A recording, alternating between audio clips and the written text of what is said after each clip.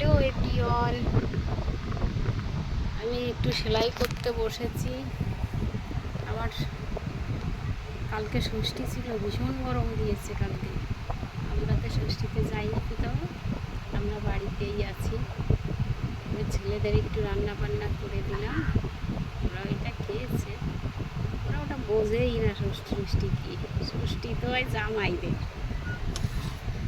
বাড়ির লোকেদের আবার কি।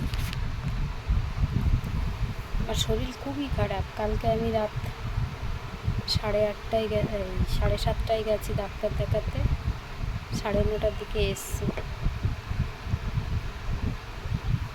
20 দিন ইঞ্জেকশন, 20টা আছে।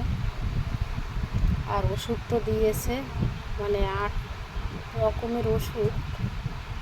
আমার একটু ব্রেনের সমস্যা, ব্রেন বলা ভুল হবে, নার্ভের সমস্যা। আর অনেকটাই বেড়ে গেছে, শরীর খুবই খারাপ।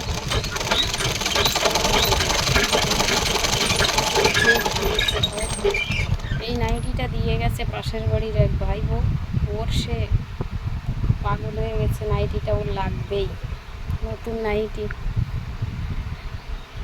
ঠিক আছে, ওর ম্যাচিং সুতোও নেই, সাদা সুতো দিয়ে সেলাই করি, সুতোও নেই। বললাম তা হবে না, যদি তুমি করেই দাও। করছি।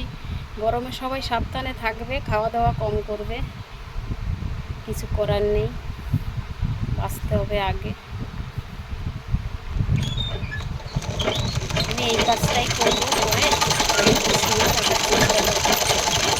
কাজ না করলে তো হয় না, একার করতেই হয়। একেবারে শুরু করলে আরও বেশি শরীর খারাপ লাগবে, যার কারণে আমি শুয়ে থাকি না। একটু ঘোরাঘুরি হয়তো করলাম, হাঁটাচলা করলাম।